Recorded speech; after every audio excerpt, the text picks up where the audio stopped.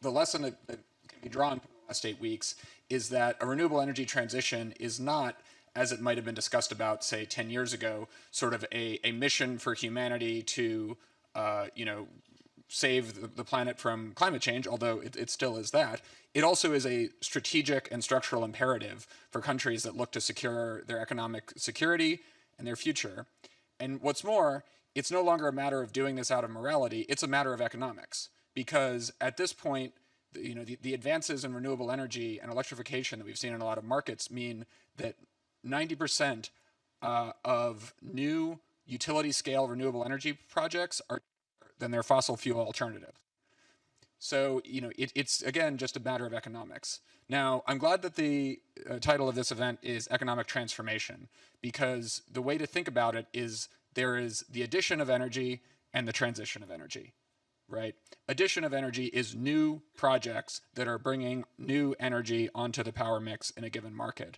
Transition is taking what was there and moving it up to be renewable.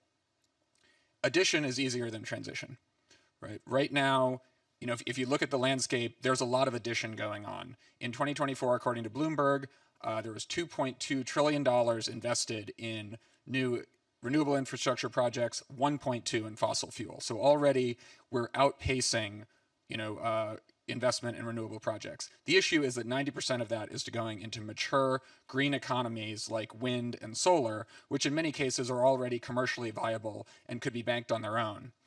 The challenge from a transition perspective is how do you catalyze investment in legacy heavy industries and transition of infrastructure such as steel, power, infrastructure, coal plants, and convince countries to take that off grid and replace it with something renewable.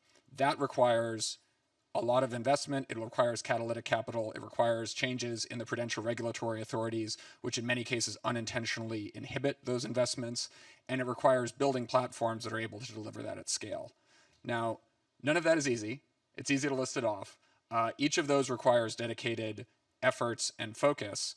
The good news is that that's what we're here today for. And here today and in the coming days, and I know there's a lot of panels and sessions in the coming days to talk about what is necessary to sort of achieve those steps.